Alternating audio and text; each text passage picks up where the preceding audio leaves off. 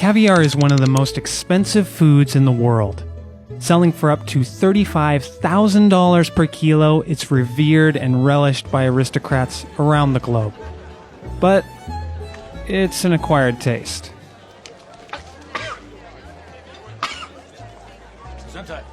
Turns out caviar wasn't always so valuable. In the 19th century, sturgeon species in the US were so common that there were accounts of caviar being offered in saloons for free, like bar nuts. In Europe, fishermen were feeding the eggs to their pigs, or just leaving them on the beach to spoil. So what changed? Similar to true champagne, caviar doesn't come from just anywhere. This, for example, is not caviar. To get the real thing, it has to be eggs from a sturgeon.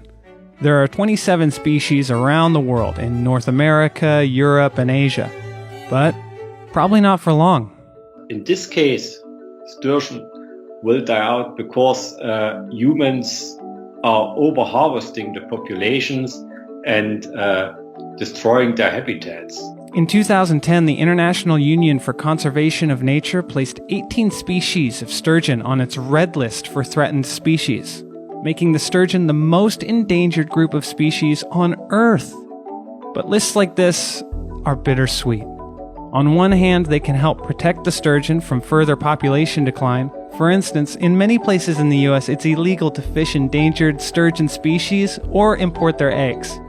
On the other hand, the more rare caviar becomes, the more we can't get enough of it.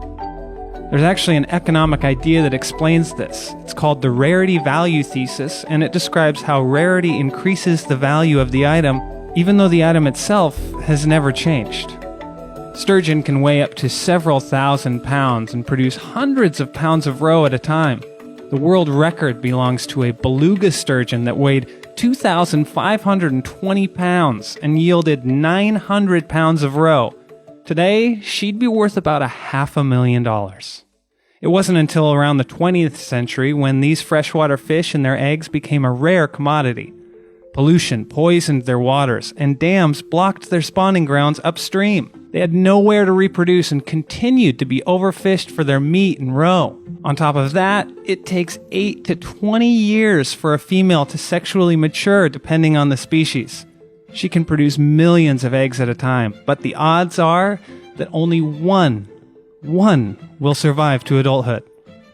In the end, the sturgeon population just couldn't keep up with that demand, and their coveted eggs became the jewels of the luxury food scene. Today, caviar imports and exports are closely regulated in the US, which is partly why it's so expensive. Every single egg, every one of these eggs is taken off by hand. Now remember, we're dealing with a raw seafood endangered species. So it's basically like eating and dealing with, edible elephant tusks. It is that heavily regulated. And that's why today, the majority of caviar comes from sturgeon farms. Little did I know that by 2011, all wild caviar would become illegal on the planet. When I started, there were 6 farms in the world raising sturgeon and only 2 producing caviar in the world. And that was in 2004. Now there's 2,000 farms around the world.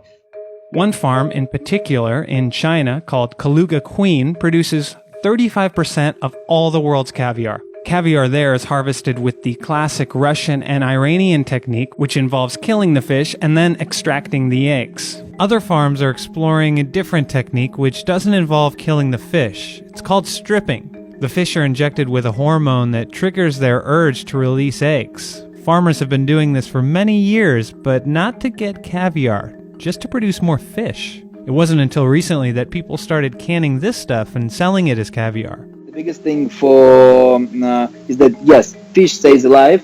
You have really small impacts on the fish because you do it really, really fast. You take the fish off the water, out of the water. You put it on a special holding facility. The fish is already started to spawn, and then all it requires basically for you to press on the belly, massage the belly, and the caviar will just flow out of the fish. The idea behind no-kill caviar is a commendable one, but it has yet to really catch on. Either way, with caviar farms in place, this gives the wild sturgeon population a chance to recover. But whether or not that happens is largely up to us.